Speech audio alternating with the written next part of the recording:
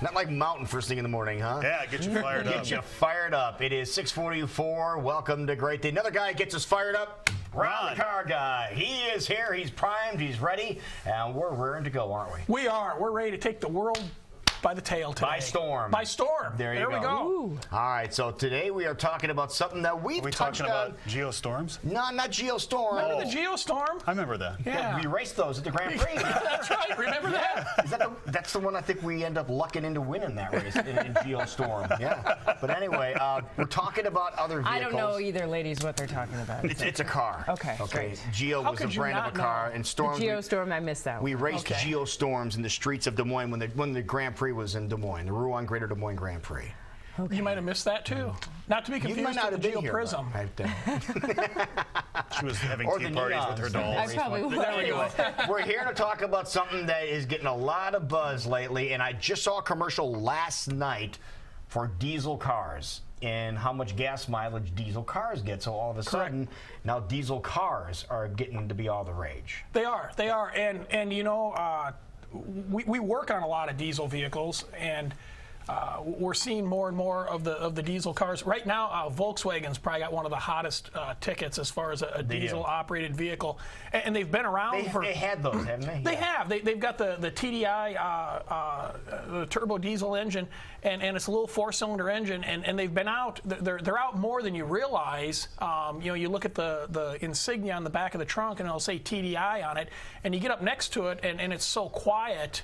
You don't realize that it's a diesel. It doesn't have the black smoke like diesels of yesteryear had and stuff like that. But you know, they've got them in the Volkswagen Bugs and in the Jettas and a lot of their vehicles and stuff.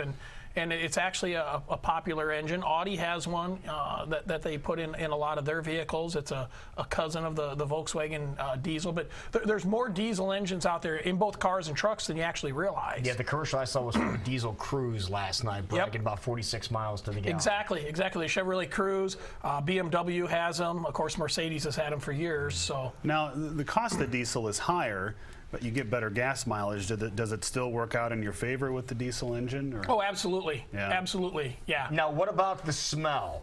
Because we were talking about this because I was in the market for one a while ago, and they're talking about, oh, you're gonna get the pump handle, you're gonna smell like you're a trucker, and you've just got done filling up your tanks, you know, and you splash some diesel. Are they clean to fill, or are they still? Well, the pump's going to work the same as a gasoline pump. I mean, and so you have to look at it now. I mean, do you spill gasoline all over yourself when you fill your car and smell like a gasoline driving trucker, or are you going to spill diesel on you? I mean, you know, you got to.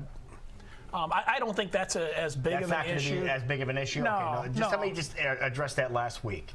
And so you have to keep that in mind. I've never thought of that. So. And you know, as far as the smell out the tailpipe, the emissions, the smoke and stuff like that. I mean, that's been addressed. I mean, vehicles have what they call a diesel particulate filter on, which is a big filter on the exhaust that helps clean up the soot and stuff that would normally come out. Okay. And we see. I mean, you know, I don't want to say they're not problematic. I mean, it's a filter on exhaust.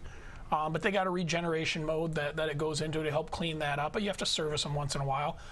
They've also got, and you've maybe seen this at truck stops and stuff, but there's also pumps now with DEF, diesel exhaust fluid, and we talked about it. And people on were the show wondering, one time. what is that? I want to buy some of that instead of my fuel. Because it's cheaper, yeah. And it actually goes into a separate tank, and it's injected into the exhaust system of a diesel vehicle. Over-the-road trucks, I mean, it's mandated on a lot of vehicles, and it's injected into the exhaust to help clean up the emissions and clean up the soot and stuff that we normally saw come out of there. But you know, there is a risk if you're not familiar with that. We had a vehicle towed to us from Fort Dodge, where the person had inadvertently put diesel exhaust fluid into the diesel tank. And you know, and we talked about that, you know, several shows ago, that there's so many new handles at the pump anymore now. You know, you have to pay attention to what you're putting in there. But we were able to fix it, and it worked fine after that. So you guys are all certified to handle all this? We do. We've got ASE certified diesel technicians. We've actually I looked because I knew we were going to talk about this today. I looked yesterday on my way out the door, and we work on diesel vehicles every day of the week. I mean, we had 3 of them in there when I left last night to go home. So they're not foreign to us. We've got the special tools. Our guys go to training and stuff to know how to work on them and stuff, and we do a good job. Okay, let's talk about the weather we've had here for the past, month and a half or so, 2 months.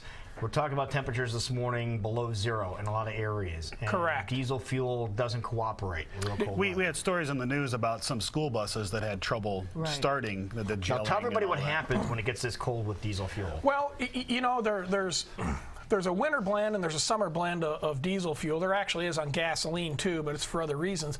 But they add what they call pore depressants and anti-gelling chemicals to the diesel. So when it gets cold, diesel fuels, it's closer to an oil. It's actually considered an oil, not a gasoline. And so when it gets cold, it'll actually start to solidify. It'll start to gel up, and I mean, it looks like jelly. So there's additives they put into it for winter use, but it's not enough when it gets this cold. So I mean, if you do own a diesel vehicle, you need to take steps. It needs to be inside where it's warm. Probably add additional additives, to the fuel just to, for safety stakes. Because if you don't, it will gel up and it won't start. And you've seen It won't go through the fuel line. Correct. I mean, I saw on the way here, there was a truck along I-235. You could tell it had probably been sitting there, most of the night. And it was actually a company that picks up our waste oil, and it was sitting off to the side of the road, and I'll guarantee you it probably gelled up while they were driving it. I mean, it just happens. You're driving down the road, you've got that cold air blowing underneath onto the fuel lines and stuff, and it just solidifies. It quits flowing. It's not as bad as it used to be. They've got heaters and stuff on the fuel, but it's still. You still need to put Still some a problem additives in. when it gets this cold, yeah. And we tow. I mean, like I said, there was 3 vehicles, in the shop last night. One of them was towed in yesterday because it was gelled up. I mean, it's, minus 9 degrees outside right now. I mean, I know we'll have something towed in, gelled up today because, either people are new to a diesel or they forgot to put additive in, or they thought their spouse put it in, or whatever.